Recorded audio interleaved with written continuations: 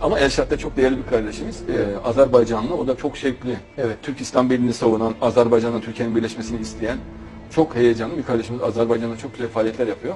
O bu yapacağı röportaj, burada yapacak röportaj Azerbaycan'da da yayınlanacak. Salam, hər vaxtınız xeyir hörmətli tamaşaçılar. Müasir cəmiyyət və İslam verilişində hər birinizi xoş gördük. Bu gün biz həmişə olduğu kimi Bakı studiyalarından deyil, Türkiyənin İstanbul şəhərindən dünyanın ən çox tanınmış, sevilən və bəzilərinin, daha doğrusu darwinistləri lərzəyə salan bir şəxsin yanından sizin evlərinizə qonaq oluruq. Həmin o şəxs isə Harun Yəki olaraq tanınan Adnan Oktardır. Bəli, Harun bəy, sizinlə yenidən görüşməyimizə çox şad olduq.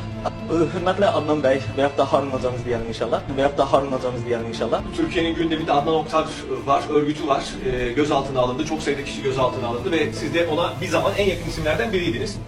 7 yaşında, 10 yaşında, 14 yaşında, 17 yaşında kızlara yapılan tacizler var. Çok fazla 17 yaşında, çok fazla 16 yaşında kıza yapılan taciz var. Salam əziz izləyicilər. Biz hər zaman dönə-dönə qeyd edirik ki, siz şəxsin özünü deyil, o şəxsi kukla kimi oynadan əlləri görməlisiniz. Bəs o əllərin sahibi kimdir? Elşad Mirini illər öncə Azərbaycanda məşhur edən Adnan Oktar idi. Bəs Adnan Oktar özü kimdir?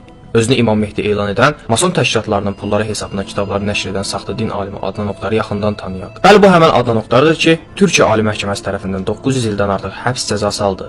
Görəsən o hansı cinayətin sahibi idi ki, 900 ildən artıq həbs cəzası aldı?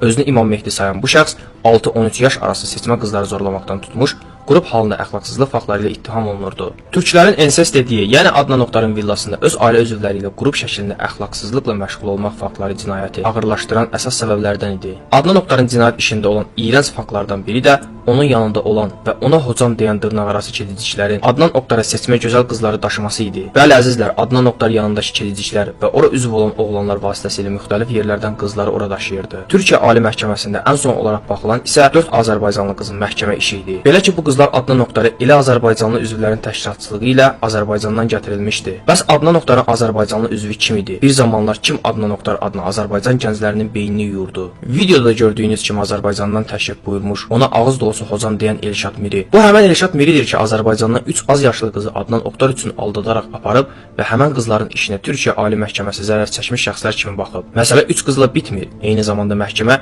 2 Azərbaycanlı oğlanın da işinə baxıb. Bəs bu az yaşlıları Azərbaycandan Türkiyəyə kim aparırdı? Adnan Oktarın Azərbaycan üzrə üstünlüyoru Elşad Miri. Son olaraq onu da qeyd edim ki, bizdə olan dəqiq məlumata görə Adnan Oktarın həbsindən 3 ay əvvəl Elşad Miri Adnan Oktarın villasına öz xanımı və qızı ilə gedibmiş. Ailə üzvləri ilə qrup halında əxlaqsızlıqla məşğul olan Adnan Oktarın villasında Elşad Miri, onun xanımı və qızının nə işi var idi?